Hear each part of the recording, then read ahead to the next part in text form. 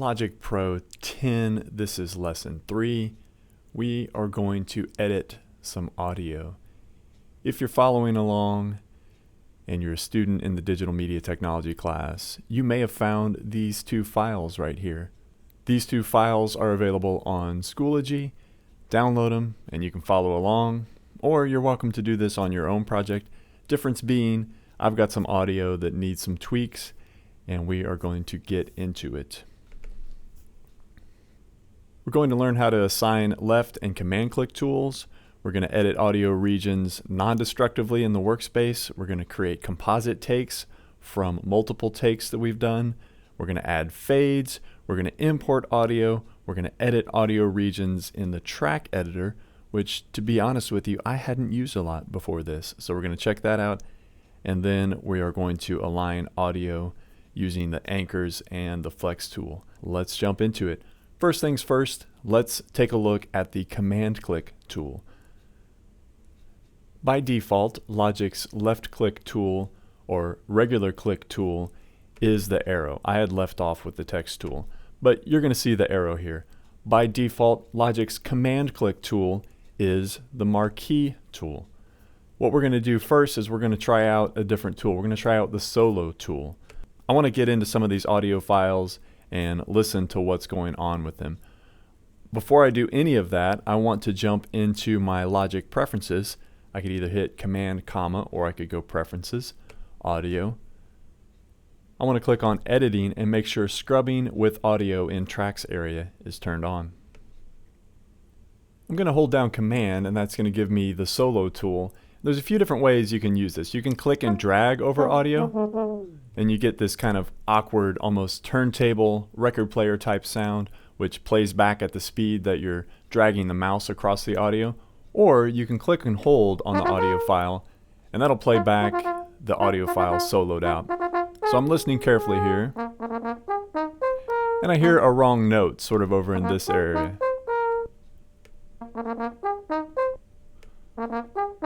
Okay, so I've got a wrong note in there.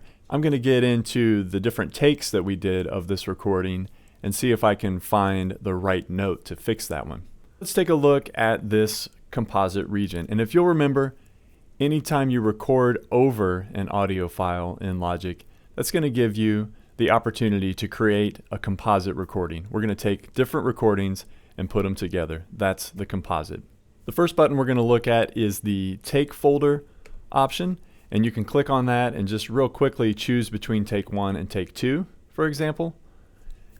And then the next button is called the Quick Swipe Comping button. And with this button, it's a toggle between quick swipe comping, which we're going to look at in just a second, or more traditional audio region editing, which we're familiar with already. I'm going to turn on the Quick Swipe Comping button, and I'm going to flip down the arrow so that I can reveal both of those takes, one on top of the other. I'm going to go back to the command click tool and I'm going to pick the Marquee tool again. I always like to set things back to the default. I'm going to use the Marquee tool to select this area, and I'm going to hit Command U, which sets a cycle region around the selected area.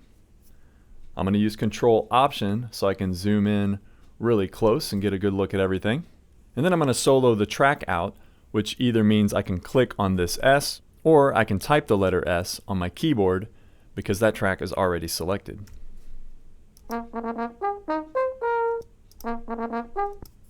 So here's my offending note right here. It's important to point out that as an audio engineer, as an audio editor, you do have to have an ear for things that are right, wrong, good and bad, lined up to the tempo, etc., etc. So I'm going to target in and take a look at that note. Actually, I'm going to switch back to the solo tool for just a second because I want to see if take 2 down here is the right option. So I'm going to hold Command and click, and that's the right note. So now, go back to that Marquee tool. Now I'm going to do what's called creating a composite. And because I have this quick swipe option set, I'm going to click on take 2, and I'm going to drag the mouse across there. And what that does is that immediately replaces that note with the version from take 2. I'm going to click Z to zoom out, and I want to do one more thing that a lot of us have actually already identified as kind of a characteristic of Logic. I'm going to hit Option C to open the color palette. And I'm going to switch the region editing mode back to traditional editing. With Take 2 selected, I'm going to give it a little bit different color. Take 1 I'm going to select and give it a little bit different color. So all I wanted to do was to change those color settings so that when you go back and forth from take to take, you really get a sense of what's happening visually. Now, as it turns out, I don't really care for that blue color, so I'm going to find another one. Now, I know a lot of us have found this feature to change the color of different regions, and I think it's a neat way to keep organized, and it makes for an interesting way to sort of visualize the different regions across your project. I've already fixed that one sort of offensive note in this particular performance, but I did want to point out a few other things. The takes that you create are called composites. When you put together one take plus two, that's called a composite. Well, the take folder can contain all sorts of composites. For this example, I just wanted to fix one note, but if you had a performance that was more of an improvisation and you wanted to try a couple of different versions, then you might want to make different comps. And the way to do that is to first make sure that quick swipe comping is turned on, and then option click on a take and just begin to edit again. Now you'll see you've got a different composite and a different option. So it's all about speed, and it's all about kind of finding that musical performance that works best. One more characteristic to point out as we're working on these composite takes is that by default, Logic does not snap while you're creating these quick swipe comps. So I'm going to zoom in again and show you what I mean by that. It means I can take this area here and I can fine tune exactly where I want to grab. If I want Logic to snap on the quick swipe comping, first I have to hit the snapping option, and then I have to scroll down and choose Snap Quick Swipe Comping. Now that'll only lock to the bar because that's what my snapping setting is. If I wanted it to lock to the beat, I could do that as well. Now we've created our comp, and what I want to do is go ahead and go back to the Take menu and choose Flatten. Now what that does is that takes that performance and that creates regions that we're more familiar with editing. And each region crossfades smoothly into the next. What we're going to do now is we're going to add some fades to the end of this. You may already know that you can tap T and get the fade tool from the tool palette. I'm going to deselect that first and then select it again. That's how you make a fade. I should point out that you can't add a fade to every type of file. So if this is a loop file or if this is a MIDI region, you can't always add a fade to it. So this is a bounced audio region, and it's okay, I can add a fade to that. I'm going to undo that, and with the regular arrow tool selected, double tap T, I can hold down Control and Shift, and then the regular pointer becomes a fade tool by using Control Shift drag. You can adjust the slope of the curve by holding down Control Shift, or with the fade tool by grabbing in the middle of the fade. There's one more place that we can add fades, and I want to show you this by scrolling back to the beginning of this particular selection. All of these recordings were done and sort of trimmed up so that they line up with the beginning of the music, with the beat, with the tempo. I'm going to deselect everything by clicking in the region. I'm going to close the color palette. That may have been bothering some of you, to which I apologize. I'm going to select this very first region with my arrow tool, and I'm going to go over into the inspector. If the inspector is not already shown, hit the I button to open the inspector. I'm going to flip down the disclosure triangle next to More. And next to Fade In, I'm going to double click and I'm going to type 5. And that's going to make a 5 millisecond fade at the beginning of this selected region. You saw it happen right there. I'm going to zoom in close. We've already done this before. This is where we're getting in. We want that audio file to have a nice clean start. We don't want any clicks or pops at the beginning of it. So that's one quick way to do it. And I'm going to do one more thing as long as I'm at it. I'm going to Control Option click to get my zoom back out. I'm going to unsolo this. I'm going to select everything. I'm going to use my right click tool, Command, double click across the edge there. I'm going to delete everything. I'm going to select these last audio files, double click T. I'm going to get into fade out. I'm going to double tap. I'm going to hit 5. I'm going to hit Enter. Each one of these regions now has a real quick fade out at the end. Next, I'm going to hit Z to zoom back out to the selection. I'm going to select all of these horn tracks that we've just created, and I can either go to the edit menu for this and choose join regions, or I can hit Command J. To be honest with you, Command J is a pretty easy shortcut to remember, but I don't do this enough to remember it, so I'm just going to go to the edit menu and choose join selected regions. Logic's going to give me a warning. It's going to say, hey, these regions aren't contiguous. They're not actually the same audio file from one to the next. I already know that because I created a comp, and I can see with my color coding that those regions aren't from the same take. That's okay. I'm going to click create by hitting enter. And now I've got that horn recording comp A that I worked on to fix that note, and it's a single audio file, and it's ready to go into more advanced audio techniques. In just a second, we're going to get into some flex tool manipulation, actually adjusting the timing of these waveforms. Before we get into the flex tool, we're going to import an audio file. We're going to manipulate that file in the audio track editor. So in order to get into the file browser, I can hit F, or I can click this nifty little icon that looks like, well, a bunch of different files. You may be able to browse through the project, through the media. I'm going to go ahead and click on all files, which takes me right to my desktop where I already have this whoosh effect. As I click it, that gives me a little sample. If I decide I don't want to hear something, I can deselect that automatic playback button. If I was to just click add, it would add it to a selected track where the playhead is. I'm going to do kind of our old trick. I'm going to drag and drop it, and I'm going to let go of it, let's say measure 7. I'm going to hit F to close that file browser because I'm done with that. And then I'm going to select the track whoosh effects because that's what I'm about to get into, is kind of manipulating this. Command U sets the cycle region around my selection. I'm going to hit the spacebar to get a sense for what this is going to sound like. Doesn't sound bad, but I think I can do a little bit better.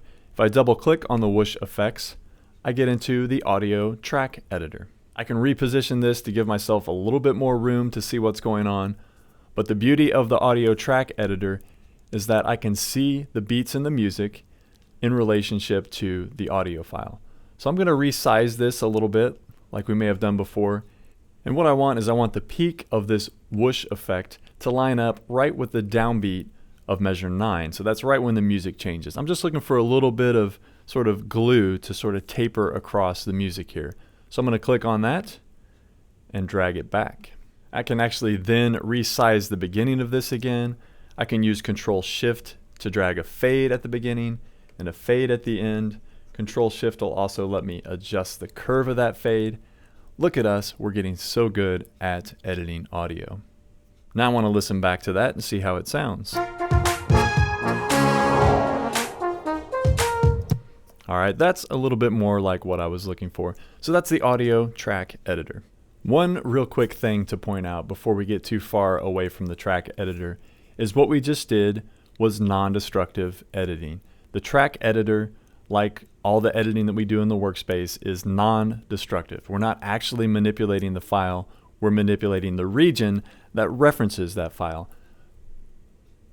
You want to be cautious when you're in this area because one click over onto the File tab will get you into destructive editing. And of course, destructive editing will manipulate the actual audio file, so if you ever wanted to get back to this down the line, you'd kind of be up a creek. So I know that W is the waveform editor, also called the file editor. So if I happen to be in the track editor, I have a confession. I tap the letter W twice to close the track editor because I don't know the shortcut for the track editor. That's just one thing I like to do that helps me be a little bit faster in Logic. Couple more things to check out before we wrap it up. We're going to use the Flex tool to fix one of the brass performances in just a second, but I also wanted to look at one other thing. I'm going to use that right-click command tool. I'm going to select around here, and I'm going to duplicate this whoosh track by hitting Command D. So I'm going to use that. I'm going to select a little bit more of that. And I'm going to option drag, click as we've done before, and option drag to get a copy of that down here. Now, with this region selected, I'm going to go back to this inspector and I'm going to choose reverse. So Many of you remember what a fan I am of reverse cymbal effects. This is a quick way to do a reverse non-destructively because it's in this area. Then I'm going to double click, maybe get into this track editor again and drag the start of this over there, or rather drag the peak of this whoosh effect over to line up with measure 9. I'm going to hit W twice to close that out. Now we've got a wave that's going to sort of whoosh across, and it gives it a little bit more depth, a little bit more complexity. Now let's use the flex tool to do a little bit of manipulation to these brass parts. I'm going to use Control Option to zoom in really close on these brass parts right here. I'm going to use the Marquee tool to select this area. I'm going to hit Command U to set a loop point. I'm also going to click and hold on the S solo button and pull down 3 tracks. I can just look at this right away and tell that these are not lined up together. I'm looking primarily at the top and the second voice down. In full disclosure, I actually messed these up. These were actually performed pretty well, but I had 6 different people playing maybe 8 different parts, and actually one person sent me the parts from California in a Dropbox link. So needless to say, I had to do some flex editing. T brings up the tool palette. Flex tool is X. What the flex tool does is it lets us manipulate the waveforms in the way that we might manipulate a MIDI file, for example. Let me just listen back to these top 2 files to hear just how bad they sound together. That's pretty atrocious. So we're going to use the flex tool on this one, and as we click here, Logic automatically sort of does an analysis of all the transients of these audio files. So it's finding these peaks. The peaks of the audio give it a great sense of what type of music it is. Is it a voice file or a performance of music, or is it a drum beat? One more thing I want to do before I start dragging the flex tool around is I want to go check my snapping. I'm going to change it back to smart, which is where it is typically by default. And then I'm going to click on this transient here, and I'm going to drag that out so that it lines up a little bit more with the other one. I'm going to drag that over, and I'm going to drag this over. As you can see, it's making adjustments left and right to different audio transients in the waveform. Now I'm going to listen back to that and see if it doesn't sound better. Okay, that's 100% better. No amount of plugins and audio effects and EQ are going to make your track sound good if it's not tight and it's not lined up rhythmically. So that's the flex tool. It's pretty powerful. We've covered a lot of stuff. So that's lesson 3, editing audio. Hope you made some notes. Hope you learned a shortcut or two. I'm going to catch you in the next lesson.